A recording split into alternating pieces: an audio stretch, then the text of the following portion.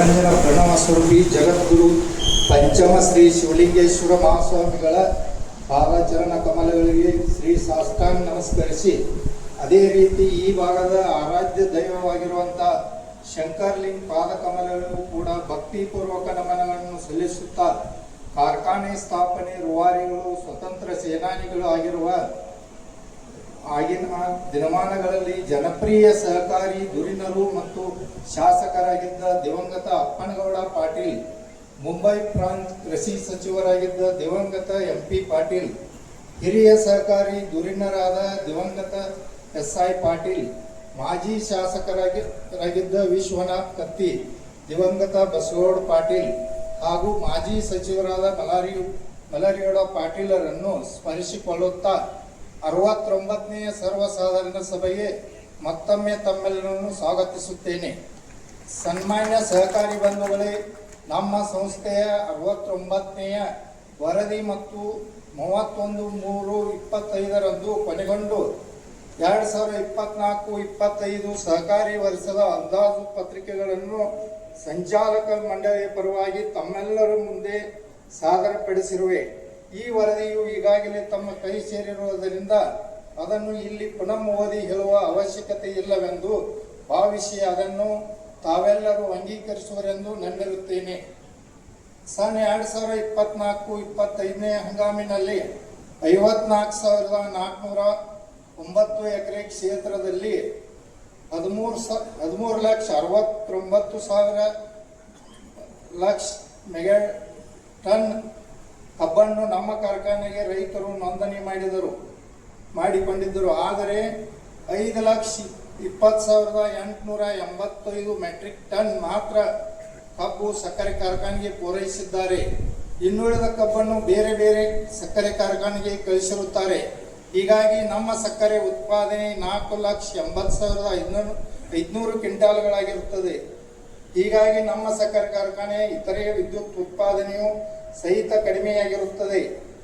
ಹೀಗಾಗಿ ಕಾರ್ಖಾನೆಯ ಖರ್ಚು ವೆಚ್ಚಗಳು, ಬ್ಯಾಂಕ್ ಬಡ್ಡಿಗಳು ತುಂಬುವುದು ಕಷ್ಟಕರವಾಗಿರುವುದರಿಂದ ಕಾರ್ಖಾನೆಯ ಕಳೆದ 13 ವರ್ಷಗಳಿಂದ ಸತತವಾಗಿ ಹೂಡೀಕೃತ ಹಾನಿ ಅನುಭವಿಸಿದೆ. ದಿನಾಂಕ 31/3/2025 ಇದ್ದಂತೆ ಒಟ್ಟು 463 ಲಕ್ಷ ಕೋಟಿಗಳಷ್ಟು ಹೂಡೀಕೃತ ಹಾನಿ ಅನುಭವಿಸಿದೆ. ನಮ್ಮ ಕಾರ್ಖಾನೆಯ ಕಬ್ಬು ನುರಿಸುವ ಸಾಮರ್ಥ್ಯವು 8,500 TCD ಇರುತ್ತದೆ. ಹೀಗಾಗಿ ನಮ್ಮ ಕಾರ್ಖಾನೆಯ ಎಲ್ಲ ಸದಸ್ಯರು ತಾವು ಬೆಳೆದಂಥ ಕಬ್ಬನ್ನು ನಿಮ್ಮದೇ ಆದ ಸಕ್ಕರೆ ಕಾರ್ಖಾನೆಗೆ ಕಳಿಸಿ ಕಾರ್ಖಾನೆಯ ಅಭಿವೃದ್ಧಿಗೆ ಸಹಕರಿಸಬೇಕೆಂದು ವಿನಂತಿಸುತ್ತೇವೆ. ನಾವು 2025-26ನೇ ಹಂಗಾಮಿನಲ್ಲಿ ಕಾರ್ಖಾನೆಯನ್ನು ವ್ಯವಸ್ಥಿತವಾಗಿ ನಡೆಸಿ 10 ಲಕ್ಷ ಕಬ್ಬು ಟನ್ ನುರಿಸಿ 11 ಲಕ್ಷ ಕ್ವಿಂಟಾಲ್ ಸಕ್ಕರೆ ಉತ್ಪಾದಿಸುವ ಗುರಿಯನ್ನು ಹೊಂದಿದ್ದೇವೆ.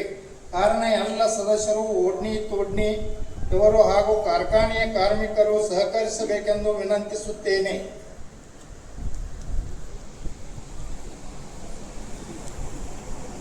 ಈ ಹಂಗಾಮಿನಲ್ಲಿ ಕಾರ್ಖಾನೆಯ ಅಭಿವೃದ್ಧಿಗೋಸ್ಕರ ಸಲಹೆ, ಸೂಚನೆ ಹಾಗೂ ಹಣಕಾಸಿನ ನೆರವು ನೀಡಿ ಇದರ ಸರ್ವೋತ್ತಮ ಅಭಿವೃದ್ಧಿಗೆ ಶ್ರಮಿಸಿದ ನಮ್ಮ ಹಿತಚಿಂತಕರು ಹಾಗೂ ಮಾರ್ಗದರ್ಶಕರಾದ ಮಾಜಿ ಲೋಕಸಭಾ ಸಂಸದರು, ಸಹಕಾರ ರತ್ನ ಹಾಗೂ ಜೊಲ್ಲೆ ಗ್ರೂಪ್ ಸಂಸ್ಥಾಪಕರಾದಂಥ ಶ್ರೀ ಅಣ್ಣಾಸಾಹೇಬ್ ಶಂಕರ್ ಜೊಲ್ಲೆ ಹಾಗೂ ಮಾಜಿ ಸಚಿವರು, ಹಾಲಿ ಶಾಸಕರಾದ ಬಾಲಚಂದ್ರ ಜಾರಕಿಹೊಳಿ ಇವರಿಗೆ ಸಂಚಾಲಕ ಮಂಡಳಿಯ ಪರವಾಗಿ ಹೃತ್ಪೂರ್ವಕ ವಂದನೆಗಳನ್ನು ಸಲ್ಲಿಸುತ್ತೇನೆ. ಕಾರ್ಖಾನೆಯ ನಡೆಸುವಲ್ಲಿ ಸೂಕ್ತ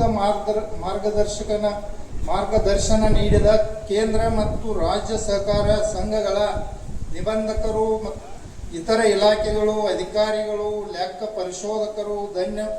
ಪರಿಶೋಧಕರಿಗೆ ಧನ್ಯವಾದಗಳನ್ನು ಅರ್ಪಿಸುತ್ತೇನೆ. ಕಾರ್ಖಾನೆಯ ಕಾರ್ಯಾಚರಣೆಯನ್ನು ನಿರಂತರವಾಗಿ ಸಾಗಿಸಲು ಸಹಕರಿಸಿದ ಕಾರ್ಖಾನೆಯ ಸಿಬ್ಬಂದಿ ಹಾಗೂ ಕಾರ್ಮಿಕರಿಗೂ ಕಬ್ಬು ಸರಬರಾಜು ಮಾಡಲು ಸಹಕರಿಸಿದ ಕಬ್ಬು ಓಡ್ನಿ ಗುತ್ತಿಗೆದಾರರಿಗೆ ಧನ್ಯವಾದಗಳನ್ನು ಸಲ್ಲಿಸುತ್ತೇನೆ. ವರದಿ ವರ್ಷದಲ್ಲಿ ಸಕಾಲಕ್ಕೆ ಆರ್ಥಿಕ ನೆರವು ನೀಡಿ ಸಹಕರಿಸಿ DCC ಬ್ಯಾಂಕುಗಳಾದ ಬೆಳಗಾವಿ, ಕೊಲ್ಹಾಪುರ, ಬಾಗಲಕೋಟ್, ಮಂಗಳೂರು, ಬೀರೇಶ್ವರ್ ಕೋಆಪ್ ಸೊಸೈಟಿ, ಯಕ್ಷಂಬ, ಜ್ಯೋತಿ ವಿವಿಧ ಸೌಹಾರ್ದ ಸಂಘ ಯಕ್ಷಂಬ, ಅಣ್ಣಾ ಸೌಹಾರ್ದ ಸಂಘ Bagewadi bank of India, state bank of India, HDFC bank ಇವುಗಳ ಎಲ್ಲ ಸಂಚಾಲಕರು ಹಾಗೂ ಅಧಿಕಾರಿ ವರ್ಗದವರಿಗೆ ಧನ್ಯವಾದಗಳನ್ನು ಸಲ್ಲಿಸುತ್ತೇನೆ. ನಮ್ಮ ಕಾರ್ಖಾನೆಗೆ ಪರೋಕ್ಷ ಹಾಗೂ ಅಪರೋಕ್ಷ ಸಹಾಯ ಸಹಕಾರ ನೀಡಿದ ಎಲ್ಲ ಸದಸ್ಯರಿಗೂ ಹಾಗೂ ಸಂಘ ಸಂಸ್ಥೆಗಳಿಗೂ ಹಾಗೂ ಸಕಾಲಕ್ಕೆ ಕಾರ್ಖಾನೆಗೆ ಬೇಕಾಗುವಂತ ಬಿಡಿ ಭಾಗಗಳನ್ನು ಸರಬರಾಜು ಮಾಡಿದ ಸರಬರಾಜುದಾರರಿಗೆ ಹಾಗೂ ನಮ್ಮ ಸಂಸ್ಥೆಯ ಯಾವತ್ತೂ ಸುದ್ದಿಗಳನ್ನು ಪ್ರಸಾರ ಮಾಡಿದ ಪತ್ರಿಕಾ ಹಾಗೂ ಟಿವಿ ಮಾಧ್ಯಮ ಮತ್ತು ಪೊಲೀಸ್ ಸಿಬ್ಬಂದಿಯವರಿಗೂ ಸಂಚಾಲಕ ಮಂಡಳಿಯ ಪರವಾಗಿ ಕೃತಜ್ಞತೆಗಳನ್ನು ಸಲ್ಲಿಸುತ್ತೇನೆ. ಧನ್ಯವಾದಗಳು. ಜೈ ಸಹಕಾರ.